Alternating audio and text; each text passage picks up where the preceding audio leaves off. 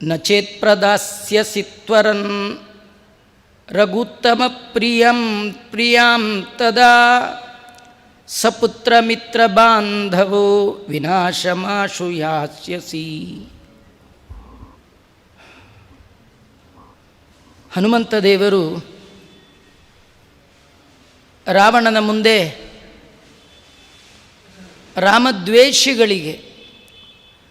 ರಾಮದ್ವೇಷಿಗಳು ಅಂದರೆ ವಿಷ್ಣು ವೈಷ್ಣವ ದ್ವೇಷಿಗಳಿಗೆ, ಹರಿದ್ವೇಷಿಗಳಿಗೆ ಆಗುವಂತಹ ಅಪಾಯವನ್ನು ಮೊದಲೇ ಸೂಚನೆ ಮಾಡ್ತಾ ಇದ್ದಾರೆ.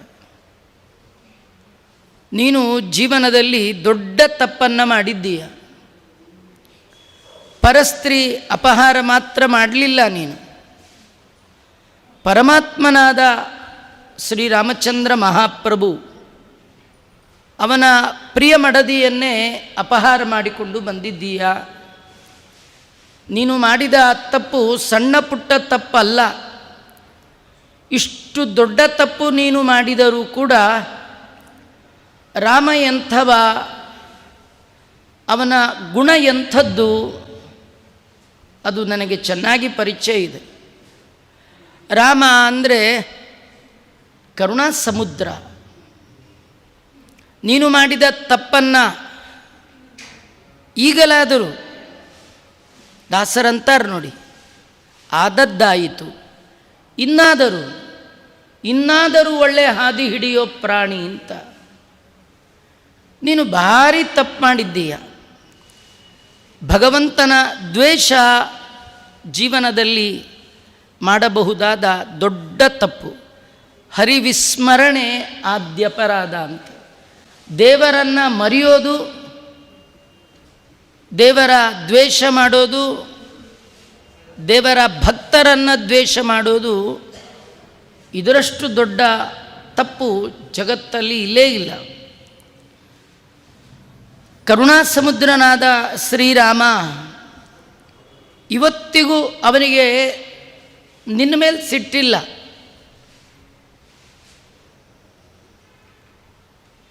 ಸಿಟ್ಟು ಅಶಕ್ತರ ಸ್ವಭಾವ. ಸರ್ವಶಕ್ತನಾದ ಭಗವಂತನಿಗೆ ಸಿಟ್ಟಿಲ್ಲ, ಯಾರ ಮೇಲೂ ಸಿಟ್ಟಿಲ್ಲಂತ. ಕೆಲವರು ಮಾತಾಡುವಾಗ ಅಂತಾರೆ, ಯಾಕೋ ದೇವರಿಗೆ ನಮ್ಮ ಕಂಡ್ರೆ ಆಗಲ್ಲ ಅಂತ. ಆಗ ಆಗಲಾರದವರು ಆಗೋರು ಅಂತ ದೇವರಿಗೆ ಯಾರಿಲ್ಲ ರೀ. ಭಗವಂತ ಎಲ್ಲರಿಗೆ ಒಂದೇ.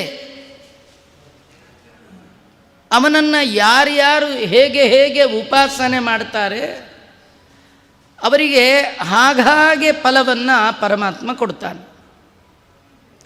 ಹಾಗಾಗಿ ನೀವು ದೇವರನ್ನು ಯಾವ ಭಾವನೆಯಿಂದ ಉಪಾಸನೆ ಮಾಡ್ತೀರಿ, ಉಪಾಸನೆಗೆ ತಕ್ಕ ಫಲವನ್ನು ಭಗವಂತ ಕೊಡ್ತಾನಂತೆ.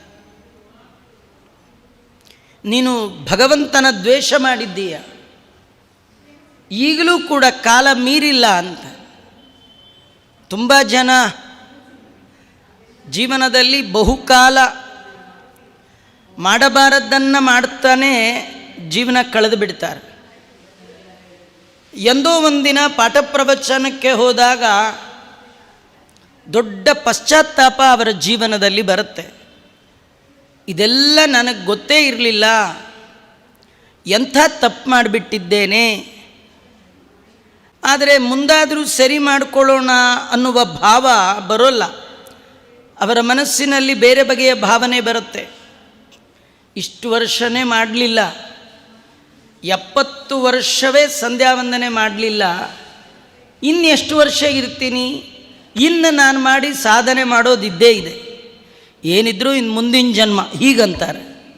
ಹಾಗಿಲ್ಲ, ನಿಮಗೆ ಎಷ್ಟು ಏಜ್ ಆಗಿದೆ ಮುಖ್ಯ ಇಲ್ಲ. ಇನ್ನಾದರೂ ಒಂದೇ ಒಂದು ದಿನ ಸದ್ಬುದ್ಧಿಯಿಂದ ಭಗವಂತ ಪ್ರೀತನಾಗುವಂಥ ಸತ್ಕರ್ಮವನ್ನು ಆಚರಣೆ ಮಾಡಿದರೂ ಕೂಡ ಭಗವಂತ ಅನುಗ್ರಹ ಮಾಡ್ತಾನೆ. ನೀನು ದೊಡ್ಡ ತಪ್ಪು ಮಾಡಿದ್ದೀಯ, ಆದರೂ ರಾಮ ಕರುಣಾ ಸಮುದ್ರ. ಅವನ ಪ್ರಿಯಳಾದಂತಹ ಸೀತಾದೇವಿಯನ್ನು ಸಕಲ ಸಮ್ಮಾನದೊಂದಿಗೆ ರಾಮಚಂದ್ರನಿಗೆ ಅರ್ಪಣೆ ಮಾಡು, ಅವನಲ್ಲಿ ಶರಣು ಹೊಂದು, ಅವು ಖಂಡಿತ ನಿನ್ನ ಅನುಗ್ರಹ ಮಾಡ್ತಾನೆ.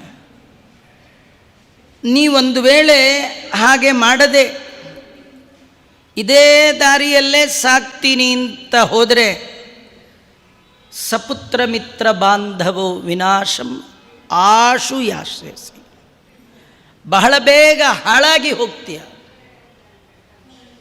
ನೀನು ಮಾತ್ರ ಅಲ್ಲ, ಪುತ್ರ ಮಿತ್ರ ಬಂಧು ಬಾಂಧವರಿಂದ ಕೂಡಿಕೊಂಡು ಸರ್ವನಾಶವನ್ನು ಹೊಂತೀಯ. ತಾತ್ಪರ್ಯ,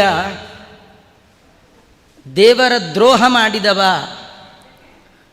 ತಾನೊಬ್ಬ ಮಾತ್ರ ಹಾಳೋಗಲ್ಲ, ತಾನೊಬ್ಬನೇ ನಾಶ ಆಗೋಲ್ಲ, ಅವನ ಸಮಸ್ತ ಪರಿವಾರ ಯಾರು ಅವನನ್ನೇ ನಂಬಿ ಜೀವನ ನಡೆಸ್ತಿರ್ತಾರೆ, ಯಾರು ಅವನನ್ನು ನಮ್ಮವ ಅಂತ ತಿಳಿದಿರ್ತಾರೆ, ಯಾರು ಅವನನ್ನು ತಂದೆ ಅಂತ ತಿಳಿದಿರ್ತಾರೆ, ಗಂಡ ಅಂತ ತಿಳಿದಿರ್ತಾರೆ, ಸ್ನೇಹಿತ ಅಂತ ತಿಳಿದಿರ್ತಾರೆ, ಆ ಎಲ್ಲರೂ ಕೂಡ ಹಾಳಾಗಿ ಹೋಗ್ತಾ ಇದ್ದಾರೆ. ನಮಗೊಂದು ಸಂದೇಶವನ್ನು ಹನುಮಂತ ದೇವರು ಕೊಡ್ತಾ ಇದ್ದಾರೆ. ನೀವು ನೇರ ದೇವರಿಗೆ ದ್ರೋಹ ಮಾಡಬೇಕಾದ್ದಿಲ್ಲ. ದ್ರೋಹ ಮಾಡೋರಿಗೆ ಹೆಂಡತಿ ಆಗಿದ್ದರೂ ಸಾಕು, ದ್ರೋಹ ಮಾಡೋರಿಗೆ ಗಂಡ ಆಗಿದ್ದರೂ ಸಾಕು, ದ್ರೋಹ ಮಾಡುವವರ ಮಕ್ಕಳಾಗಿದ್ದರೂ ಸಾಕು, ಸ್ನೇಹಿತರಾಗಿದ್ದರೂ ಸಾಕು. ದ್ರೋಹ ಮಾಡುವವನ ಸಹವಾಸದಿಂದ ದೂರ ಬರಲಿಲ್ಲ ಅಂತಾದರೆ ಅವನನ್ನು ನಂಬಿಕೊಂಡು ನೀವು ಹಾಳಾಗ್ತೀರಿ. ದೇಶದ್ರೋಹದ ಕೆಲಸ ನೇರ ನೀವೇ ಮಾಡಬೇಕಂತಿಲ್ಲ. ದೇಶದ್ರೋಹಿಗೆ ಆಶ್ರಯವನ್ನು ಕೊಟ್ಟರೂ ಸಾಕು, 1 ತಿಂಗಳು ಮನೆ ಬಾಡಿಗೆ ಕೊಟ್ಟಿದ್ದರೂ ಸಾಕು, ನಿಮ್ಮನ್ನು ಹಿಡ್ಕೊಂಡು ಹೋಗ್ತಾರೆ ಬಂದು. ದೇಶದ್ರೋಹಿ ನಮ್ಮ ಅಣ್ಣ ಅಂದರೂ ಸಾಕು, ಹಿಡ್ಕೊಂಡು ಹೋಗ್ತಾರೆ, ಗಂಡ ಅಂದರೂ ಹಿಡ್ಕೊಂಡು ಹೋಗ್ತಾರೆ. ಹೇಗೆ ದೇಶದ್ರೋಹ ದೈವದ್ರೋಹ ಎರಡೂ ಮಾಡಬಾರ್ದು. ಮಾಡಿ ಆಗಿದೆ, ಇನ್ನಾದರೂ ಒಳ್ಳೆಯ ದಾರಿ ಹಿಡಿ. ನೋಡಿ, ಹನುಮಂತ ದೇವರೇನೋ ಸಿಟ್ಟಿಗೆದ್ದು ಹೇಳಿದ್ರು, ಏನೋ ಹೇಳುವಾಗ ಹೇಳಿದ್ರು, ಹಾಗಿಲ್ಲ. ಅವರು ಮುಂದೆ ನಡೆಯೋದನ್ನು ಮೊದಲೇ ಹೇಳಿಬಿಟ್ರು. ಅವರು ಏನು ಹೇಳ್ತಾರೆ ಅದು ಸತ್ಯವಾದ ಮಾತಾಯಿತು ಅಲ್ವಾ? ರಾವಣ ಸತ್ತ, ಅವನ ಮಕ್ಕಳು ಸತ್ತರು, ಅವನ ಎಲ್ಲ ಪರಿವಾರದವರು ಹಾಳಾಗಿ ಹೋದರು, ಅವನನ್ನು ನಂಬಿದವರೆಲ್ಲ ನಿರ್ನಾಮ ಹೊಂದಿದರು. ಯಾರು ಅವನಿಂದ ದೂರ ಆದ, ರಾಮನ ಭಕ್ತಿಯ ವಿಷಯದಲ್ಲಿ ರಾಮದ್ರೋಹಿಯಾದ, ರಾವಣನಿಂದ ಬಂಧುತ್ವವನ್ನು ದೂರ ಮಾಡಿಕೊಂಡ, ಯಾರದು? ವಿಭೀಷಣ.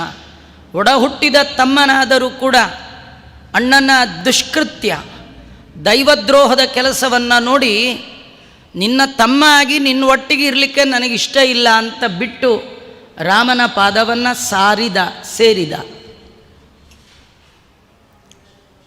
ಹನುಮನ ನಂಬಿದ ವಿಭೀಷಣ ಗೆದ್ದ. ಹನುಮನ ನಂಬದ ಅಂದರೆ ಅವನ ಈ ಮಾತನ್ನು ನಂಬದ ರಾವಣ ಬಿದ್ದ. ನೋಡಿ, ಆ ಹನುಮನೇ ಭೀಮ, ಆ ಭೀಮನೇ ಮಧ್ವ. ಮಧ್ವಗುರುಗಳು ತಮ್ಮ ಶಾಸ್ತ್ರದಲ್ಲಿ ಏನು ಹೇಳಿದ್ದಾರೆ? ಯಾರಿಗೆ ಅವರ ತತ್ವದಲ್ಲಿ ಹರಿ ಸರ್ವೋತ್ತಮ, ವಾಯು ಜೀವೋತ್ತಮ, ಹರಿ ಈಶಾ, ನಾವೆಲ್ಲ ಅವನ ದಾಸರು, ಚೇತನಾತ್ಮಕವಾದ ಪ್ರಪಂಚ ಭಗವಂತನ ಅಧೀನವಾಗಿದೆ, ಈ ಎಲ್ಲ ತತ್ವಗಳೇನಿದೆ ಇದರಲ್ಲಿ ಯಾರಿಗೆ ನಂಬಿಕೆ ಇಲ್ಲ, ಯಾರು ನಾನೇ ದೇವರು ಅಂತ ತಿಳ್ಕೊಂಡಿರ್ತಾರೆ, ಅಥವಾ ಇವತ್ತಲ್ಲ ನಾಳೆ ತುಂಬ ಟ್ರೈ ಮಾಡಿದ್ರೆ ದೇವ್ರ ಪೋಸ್ಟ್ಗೆ ಹೋಗ್ಬೋದು, ನಾನು ಒಂದಿನ ದೇವರೇ ಆಗ್ಬೋದು ಅಂತ ಅಂದ್ಕೊಂಡಿದ್ದಾರೆ, ಭಗವಂತನ ಯಥಾರ್ಥವಾದ ಜ್ಞಾನ ಇಲ್ಲ, ಅವರು ಎಲ್ಲರೂ ಕೂಡ ರಾವಣನಂತೆ ನಾಶವೇ ಆಗ್ತಾರೆ. ಹನುಮನ ಮತವೇ ಹರಿಯ ಮತ ಅಂದರೆ ಇಲ್ಲ ಮತ ಎಲ್ಲ ಹಾಕಿ ಓಟು ಗೀಟ ಅವಲ್ಲ ಮತ ಅಂದರೆ ಅಭಿಪ್ರಾಯ. ಹನುಮನ ಮತ ಅಂದರೆ ಹನುಮನ ಮಾತು, ಹನುಮನ ಸಿದ್ಧಾಂತ, ಹನುಮನ ಮತವೇ ಹರಿಯ ಮತ. ಹರಿಯ ಮತವೇ ಹನುಮನ ಮತ. ಹರಿ ಅಂದರೆ ವೇದವ್ಯಾಸ, ಹನುಮ ಅಂದರೆ ಆನಂದತೀರ್ಥ ಭಗವತ್ಪಾದಾಚಾರ್ಯರು. ಹರಿಯ ಮತ ಮಹಾಭಾರತ, ಭಾಗವತ, ಉಳಿದ ಪುರಾಣಗಳು, ಬ್ರಹ್ಮಸೂತ್ರಗಳು. ಅದಕ್ಕೆ ಅಭಿಪ್ರಾಯ ಹನುಮ ಅರ್ಥಾತ್ ಆನಂದತೀರ್ಥರು ಕೊಟ್ಟ ಭಾಷ್ಯ, ತಾತ್ಪರ್ಯ ನಿರ್ಣಯ, ಶ್ರೀಮದ್ ಭಾಗವತ ತಾತ್ಪರ್ಯ ಇತ್ಯಾದಿಗಳು ಭಗವಂತನ ಮಾತಿನಂತೆ ವಾಯುದೇವರ ಮಾತು, ಸತ್ಯವಾದ ನುಡಿಗಳು. ರಾವಣನ ಮುಂದೆ ಆ ಮಾತುಗಳನ್ನು ಹನುಮಂತ ದೇವರು ಹೇಳ್ತಾ ಇದ್ದಾರೆ. ರಾಮನ ಪ್ರಿಯಳಾದ ಸೀತೆಯನ್ನು ಸಕಲ ಸಮ್ಮಾನದೊಂದಿಗೆ ರಾಮನಿಗೆ ಅರ್ಪಣೆ ಮಾಡು. ಈ ಮಾತಿನಲ್ಲಿ ನಮಗೇನು ಸಂದೇಶವನ್ನು ಹನುಮಂತ ದೇವರು ಕೊಡ್ತಾರೆ? ನಾವ್ಯಾರು ಬರುವಾಗ ಏನೂ ತಂದಿಲ್ಲ, ಹೋಗುವಾಗೂ ಏನೂ ತಗೊಂಡು ಹೋಗೋಲ್ಲ. ಇಲ್ಲಿ ಯಾವುದು ಎಲ್ಲವನ್ನ ನಮ್ಮದು ಅಂತ ಇದ್ದೀವಿ, ಅದು ನಾವು ಬರೋಕ್ಕೆ ಮುಂಚೆನೂ ಇದೆ, ಇಲ್ಲ ನಾವು ಹೋದ ಮೇಲೂ ಇಲ್ಲೇ ಇರುತ್ತೆ. ನಿಮ್ಮದಂತ ಏನಿಲ್ಲ, ಏನು ಬಂದಿದೆ ನೀವು ಸಂಪಾದನೆ ಮಾಡಿದ್ದಲ್ಲ, ದೇವರು ಕೊಟ್ಟದ್ದು. ದೇವರು ಕೊಟ್ಟದ್ದು ಅದು ದೇವರದು. ದೇವರದ್ದನ್ನು ದೇವರಿಗೆ ಅರ್ಪಣೆ ಮಾಡಿ. ಕೆರೆಯ ನೀರನ್ನು ಕೆರೆಗೆ ಚೆಲ್ಲಿ. ಈಶಾವಾಸ್ಯಮಿದಂ ಸರ್ವಂ ಯತ್ಕಿಂಚ ಜಗತ್ಯಾಂ ಜಗತ್. ನಂದೇನದೋ ಸ್ವಾಮಿ, ನಿಂದೇ ಇದೆಲ್ಲ. ದೇವರೇ ನಿಂದು, ಈ ಮನೆ ನಿಂದು, ಈ ಮಡದಿ ನಿಂದು, ಈ ಮಕ್ಕಳು ನಿಂದು. ಇಷ್ಟು ಯಾಕೆ? ನಾನೇ ನಿನ್ನವ ನಿನ್ನವ ನಿನ್ನವ ಶ್ರೀನಿವಾಸ, ಅನ್ಯನಲ್ಲವೋ ನಾನು ಶ್ರೀನಿವಾಸ. ನಾನು ನಿನ್ನ ದಾಸ. ದಾಸನಿಗೆ ಸ್ವಂತ ಏನಿದೆ ಎಲ್ಲವೂ ನಿನ್ನ ಅಧೀನ ಅಂತ ಈ ಭಾವನೆಯಿಂದ ಭಗವಂತನ ಆರಾಧನೆ ಮಾಡಬೇಕು. ಇದು ಹನುಮಂತ ದೇವರು ಸಜ್ಜನರಿಗೆ ಕೊಡುವ ದಿವ್ಯವಾದ ಸಂದೇಶ. ಇಷ್ಟು ಹೇಳಿದರೂ ಕೂಡ ಹನುಮಂತ ದೇವರ ಮಾತು ಅರ್ಥ ಆಗಲಿಲ್ಲ. ವಾಲ್ಮೀಕಿಗಳು ರಾಮಾಯಣದಲ್ಲಿ ಹನುಮನ ಮಾತನ್ನು ಚಿತ್ರಣ ಮಾಡುವಾಗ ಹೇಳ್ತಾರೆ, ಸ್ವಾನಿ ಮಿತ್ರಾಣಿ ಮಂತ್ರೀಂಶ್ಚ ಜ್ಞಾತೀನ್ ಭ್ರಾತೃನ್ ಸುತಾನ್ ಹಿತಾನ್ ಭೋಗಾನ್ ದಾರಾಂಶ್ಚ ಲಂಕಾಂಚ ಮಾಂ ವಿನಾಶಮುಪಾಯ. ಎಲ್ಲವೂ ಹಾಳಾಗಿ ಹೋಗುತ್ತೆ ನಿಂದು. ಎಲ್ಲವನ್ನು ನನ್ನದಿದೆ ಅಂತ ಅಂದ್ಕೊಂಡಿದ್ದೀಯ.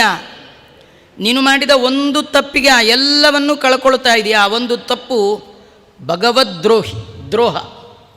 ಕೆಲವು ಬಾರಿ ಹೀಗೆ ದೇಶದ್ರೋಹ ಮಾಡಿದವರು, ದೈವದ್ರೋಹ ಮಾಡಿದವರು ಸ್ವಲ್ಪ ಕಾಲ ತುಂಬ ಚೆನ್ನಾಗಿರ್ತಾರೆ. ಪಾಪಿ ಚಿರಾಯುಹು ಅಂತ ಮಾಡಬಾರದು ಮಾಡ್ತಿರ್ತಾರೆ. ಅವರು ಮನೆ ಮೇಲೆ ಮನೆ ಕಟ್ತಿರ್ತಾರೆ, ಕಾರ್ ಮೇಲೆ ಕಾರ್ ತಗೊಳ್ತಿರ್ತಾರೆ. ಅವ್ರು ನೋಡಿ ಕೆಲವ್ರಿಗೂ ಹೊಟ್ಟೆ ಉರಿ. ನಾವು ಬರೀ ಚಾತುರ್ಮಾಸ್ಯ, ಏಕಾದಶಿ, ಪೂಜೆ ಪುನಸ್ಕಾರ ಮಾಡ್ಕೊಂಡಿದ್ದೀವಿ, ಬಾಡಿಗೆ ಮನೆಯೂ ನಮಗೆ ಸರಿಯಾಗಿ ಸಿಗ್ತಿಲ್ಲ. ಅದೇ ಆ ಪಕ್ಕದ ಮನೆಯವ್ರು ನೋಡಿ ಒಂದು ಆಚಾರ ಇಲ್ಲ, ವಿಚಾರ ಇಲ್ಲ, ಮಾಡಬಾರ್ದು ಮಾಡ್ತಾರೆ, ಹೇಗೆ ಮನೆ ಕಟ್ತಾ ಇದ್ದಾರೆ ಅಂತ ಅನಿಸುತ್ತೆ. ಇದು ಯಾಕೆ ಹೀಗೆ ನೀವು ಕೇಳಬೇಕಾದ್ದಿಲ್ಲ. ಯಾಕಂದರೆ ಸಂಪೂರ್ಣ ವಿನಾಶ ಅವನಿಗೆ ಖಚಿತವಾದದ್ದು. ಅವನು ಹೊಂದುವ ಲೋಕ ಮರಳಿ ಬಾರದ ಅಂಧಂತಮಸ್ಸೆ ಮೊದಲಾದ ಲೋಕಗಳು. ಅಂಥ ಲೋಕಕ್ಕೆ ಹೋಗಬೇಕಾದ್ರೆ ಚೂರು ಪಾರು ಪಾಪ ಮಾಡಿದರೆ ಅವರಿಗೆಲ್ಲ ಆ ಲೋಕ ಆಗಲ್ಲ. ಮಹತ್ತರವಾದ ಪಾಪ ಮಾಡಬೇಕು. ಅದಕ್ಕಾಗಿಯೇ ಅವರ ಯೋಗ್ಯತೆಗೆ ಅನುಗುಣವಾಗಿ ವಾಯುದೇವರ ಅಂತರ್ಯಾಮಿಯಾದ ಭಗವಂತ ಅವರಲ್ಲಿ ನಿಂತು ಅವರು ಮಾಡುವ ತಪ್ಪುಗಳಿಗೆ ಅವರಿಗೆ ಎಂದೆಂದೂ ಇದು ತಪ್ಪು ಅನ್ನುವ ಭಾವನೆಯೇ ಕೊಡಲ್ಲ. ಅವ್ರಿಗೆ ಯಾವಾಗಲೂ ನಾ ಮಾಡಿದ್ದೇ ಸರಿ ಅಂತ ಅಂದ್ಕೊಂಡೇ ಇರ್ತಾರೆ. ಸಜ್ಜನರಿಗೆ ಜೀವನದಲ್ಲಿ ಒಮ್ಮೆ ಎಡವಿದಾಗ, ಒಮ್ಮೆ ಸಂಸಾರದಲ್ಲಿ ಏಟು ಬಿದ್ದಾಗ ಅವರು ಯೋಚನೆ ಮಾಡುವ ರೀತಿಯೇ ಬೇರೆ. ಯಾವ ಜನ್ಮದಲ್ಲಿ ಏನು ಮಾಡಿದ್ದೇನೋ, ಇನ್ನು ಮುಂದೆ ಹಾಗೆ ಮಾಡಬಾರ್ದು, ಇದು ನನ್ನಿಂದಾದ ದೊಡ್ಡ ತಪ್ಪು, ನನ್ನ ತಪ್ಪನ್ನು ಹೇ ಭಗವಂತ ಕ್ಷಮಾ ಮಾಡು ಅಂತ ಕೇಳ್ಕೊಳ್ತಾರೆ.